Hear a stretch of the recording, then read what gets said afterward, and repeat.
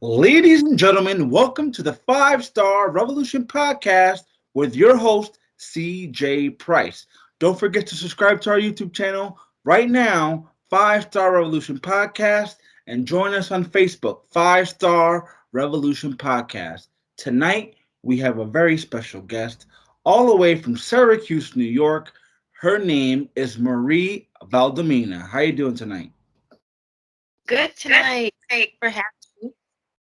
No problem. Thank you for joining us here tonight. You're our second only female that has appeared on our podcast. So, welcome. Thank you. Congrats.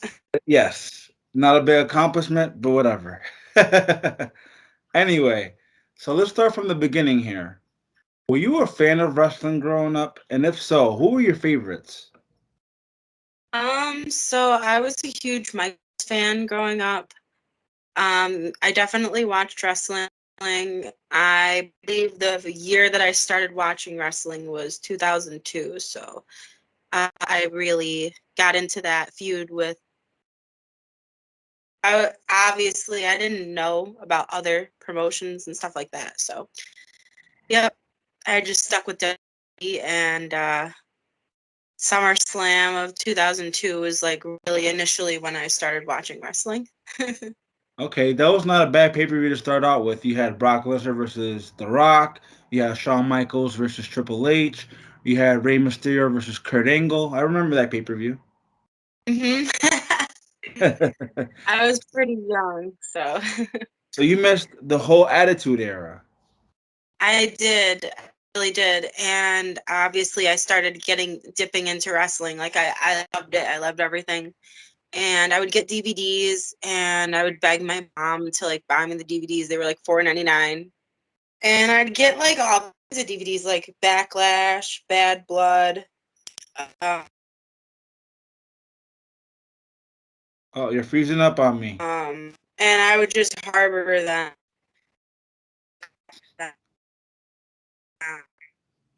I watched them, so I don't know why. Your I wife, would your Wi-Fi is harbor kind of. them, play them as much as I could. Miss Marie, your Wi-Fi is How kind are of. we still?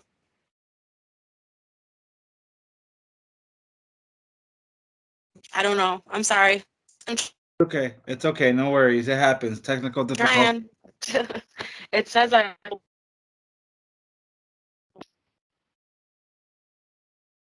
Sorry, guys, that we're having technical difficulties. I'm not sure if it's my end or her end, but it happens on the Five Star Revolution podcast. Miss Marie, still there? I'm Okay, still here. I've there you been go. talking to you. I'm sorry, I couldn't hear you because your Wi-Fi was skipping, or I don't know if it's my Wi-Fi or your Wi-Fi. No, I don't know. I'm not gonna say it's you. Let's just say it. Okay, all right, sounds good. So, did you idolize any females during that era? Obviously, yeah, I really idolize. I really liked Lita. Um, Me being half Hispanic, I'm half Puerto Rican, so I definitely liked Lita a lot. I never really got a chance to see Jazz, but I did brush up on her a little bit, and I brushed up on Mickey James a little bit when so I really liked all of those. I liked all of them, to be honest. They were all doing well for themselves. Victoria was doing well for herself.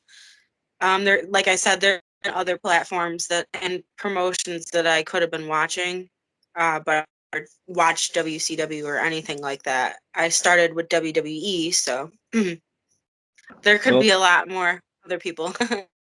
let's talk about how you got into actually wrestling. How did you find out about wrestling school in your area, and how did you get into that? So basically, I went to a 95X Fest show, and they ended up having two in there, and I was lucky because they ended up like around 2015, so that promotion wasn't around anymore, and that was out of Syracuse. So now there's no Syracuse promotion basically, and I ended up adding a couple of on there because I was like, holy crap, independent wrestling is a thing in my area. And I ended up adding, and one of the people that I ended up adding ended up being my trainer that is trainer to this day. And that was in 2015. What's that trainer's name? That is ISIS Effects. Isis Effects. Okay, sounds good. So you started training. You never been in a wrestling ring before. What were your first feelings when you first started training in the ring? So I knew how a ring was constructed, and I mean, if you can get the general physics, like, give and take of it, I thought it would hurt more, and I thought that the impact would be the bump would be a bigger impact, and it wasn't. So my body took to it really well. I can roll and I can do all that stuff. So naturally, I could jump around. I've seen a lot of people who just their equilibrium like just doesn't allow them to do that. So I guess I did it pretty well. I was scared. Obviously you're gonna get those goosebumps and stuff, but there's still stuff that freaks me out that I have to learn to this day. So what? How'd your friends and family feel about when you started wrestling? So my friends were like, "Oh crap, she's actually doing what she said she was gonna do." So that didn't surprise them.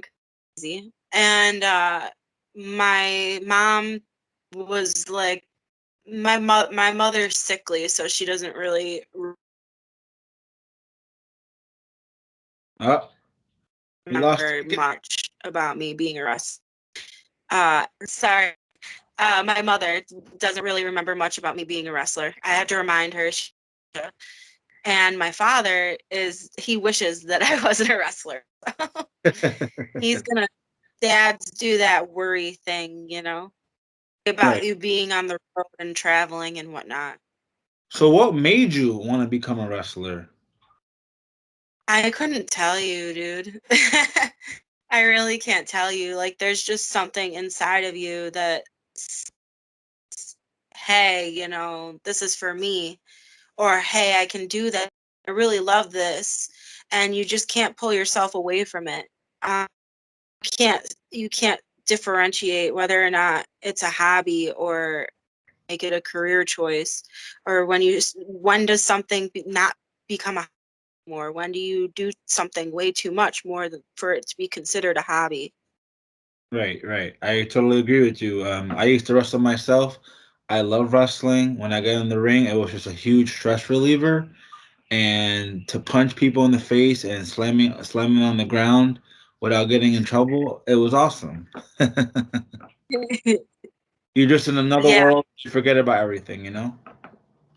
I do deal with people who were amateur at one point, and it's a good to learn something from them. But there's also times asking for your help. So let's talk about your character, the Marie ValDomina character. For those fans that are listening right now, who is Miss Marie ValDomina? So Valdimina is Ina means dominant. So it started, I really didn't have a name for myself. I was like, you know what? Let me with Marie Grace. That's my first and middle name. That's gonna be good. I switched to Merlot, which is a wine, and I'm gonna name all of my stuff after, like maybe give corkscrew or something like that. Like I needed something. I was digging for something, and I couldn't find anything. And I ended up just one night coming up with the name Valdomina. I thought that it sounded good by itself, but I can't seem to get the Marie. And I just figured that I needed I needed a I needed something. I wanted something that supports my Italian and Hispanic heritage. Could be either or. And honestly, Valdomina, she's just she's just bitch. So So I was also 40 pounds heavier at this time. So for me being like that brute, like short, stocky, my opinion, Italians and Puerto Ricans are both really snippy. Like, at least can get very snippy at times. So I that's basically how I envisioned it to be, just a very snippy woman that will yell at you because she wants to, and to get her point across because she doesn't know any other way to get her point across other than yelling. And I believe a little bit to some point, so I wouldn't necessarily consider it a character or a gimmick at the to call myself. okay. So it's just yourself turned up to 11. Basically. All right, sounds good. So being a dominant character, being a bitch in the ring, what's your take on intergender wrestling, and have you partaken in any intergender wrestling matches? So, intergender wrestling is for my school in Syracuse, we have had come in and out of there. None of which really, sorry if they're just, but none of which stayed. And I tried in being the only girl there since 2015. Um, body times where, you would go through things and you might stop training for, I believe training, always bettering yourself. Going to be times where you're going to take some time off to deal with some things, or injuries or family or whatever. But I have always wrestled male competitors. I've always chained. I've always locked up. I've always gotten with males for since the first day that I started. Okay, so you're used to it then. I'm so used to it. To this point, it's kind of where I'm not going to be booked on certain promotions just because of the views of some promoters don't enjoy intergender. Like they think that it crosses the lines a little bit. I don't know, whatever views that they have for it. But over the years, I've been told that so and so doesn't book male female matches. So and so doesn't like women's wrestling. So and you know, and that person will never tell you themselves as to why they're not booking. And you can always make your own assumptions, but you know, there's a hard and a soft spot with intergender wrestling. And I believe that I've learned most of my craft from males. So I I I love it. I'm not gonna lie, but that I had more female competitors in my area to wrestle, and I do wish that the competitors in my area, I do wish to wrestle them soon, whatever ones that I haven't wrestled yet. Do you think the reason why they don't get in the ring with you is because you fight the males and you think that you might stiff them in the ring? Absolutely not, because all the girls are taught by the guys. Okay. I don't think there's one female trainer out here. And if you female trainer, then you're obviously like 10 years experienced, or you're picking up slack for if your trainer's not there for the day. But they shouldn't, you're not teaching them anything different than what they would already be learning with their trainers. Like there's so much stuff that you got to go through. Okay, so I always do this to every wrestler that comes on my podcast. So you're not going to be no different. I'm going to put you to the test here. Cut a promo in your character, if you would, against your next opponent for like 30 seconds. You think you could do it? Gee, that would help if I next opponent was, Do it but I'm against me. assuming. Do it against me, CJ Price. Okay. So this is my first time. Okay, we'll do it. We'll do it. Want a ding, ding, ding, real quick? Ding, ding, ding. Ding, ding, ding. Okay. Okay. CJ Price, where are you from? Springfield, Mass. It doesn't matter where you're from, CJ Price. I can't. See, I don't know you, so it's kind of. So this is my first time seeing you flesh, like in the face. When people ask you to do a podcast, they're asking you to essentially get onto like camera face to face, end to end with somebody who you've never seen before. Right. And in my opinion, it's kind of weird. So when you're asking me to project to you to Massachusetts from Syracuse, and you just put me on the spot just now, I'm not gonna lie. I do that to everybody. I swear to God. How many people have actually cut a clear promo? Because I'm not gonna lie, I tried for like 2 seconds, but then I was like, Almost every wrestler I've asked has done it. okay, fine. I guess I will. What's your name again? CJ Price. Playing with you. Okay. CJ Price. Um, you said Massachusetts.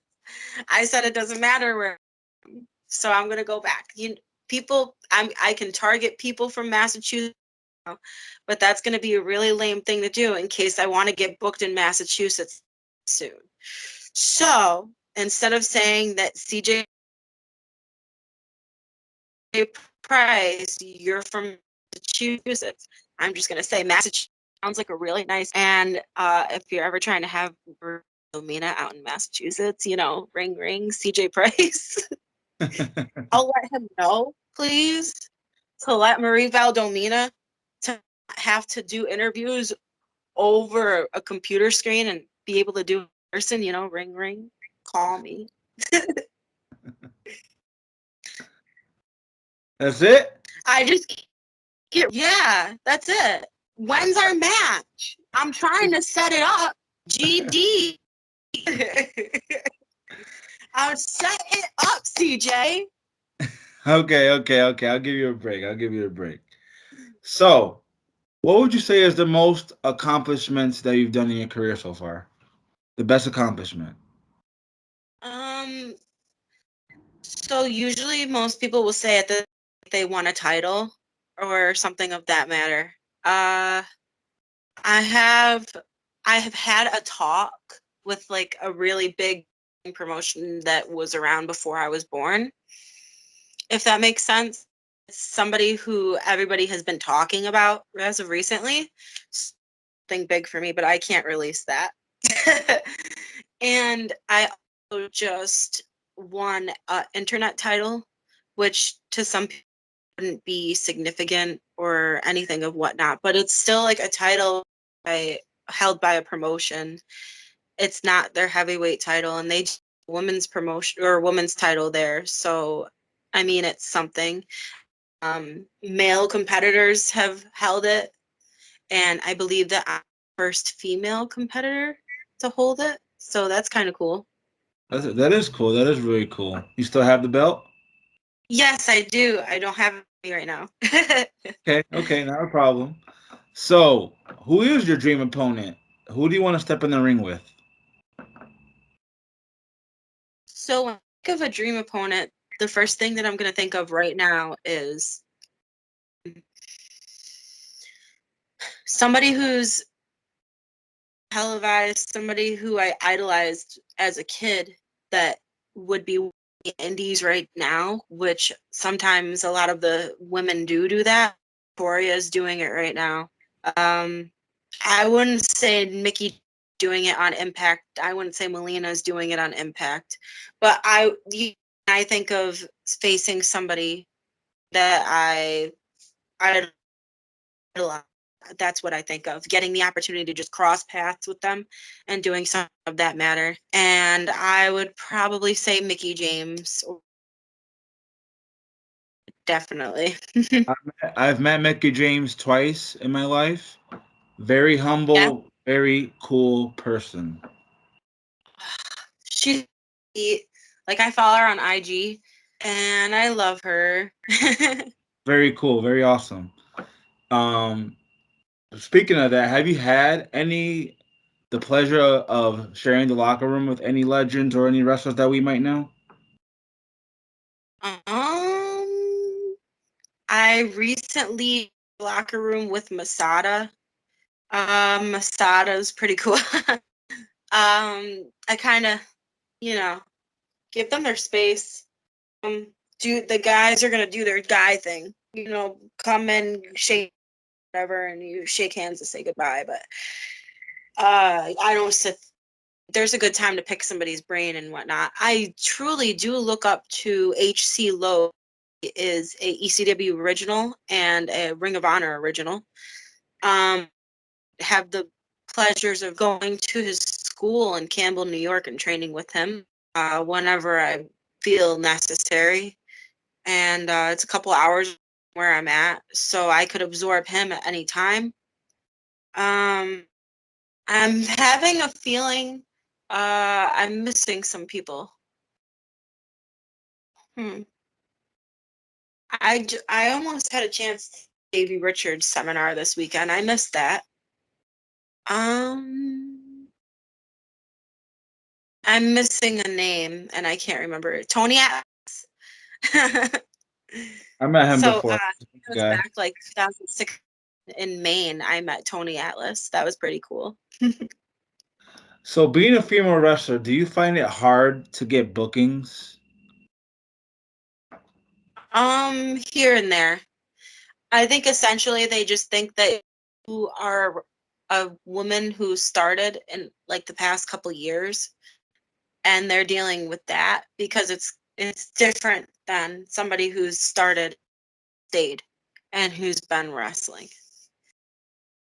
You know what I mean? Most of the time, there's a lot of girls getting opportunities and chances when they've only been wrestling for a couple years or a year and a half or something like that. And I think, in my opinion, there's a lot of women who have no business being in the ring, and there's a lot of males who have no business being in the ring yet, and they do. So I think when you're a promoter, you're at it like I have no idea who this person is, male or female, and you don't know whether you want to take the chance of booking them. What benefits is it going to bring them? Yeah, yeah. So the best thing that you can do, Oh, right? yeah, you're still here. You're still there.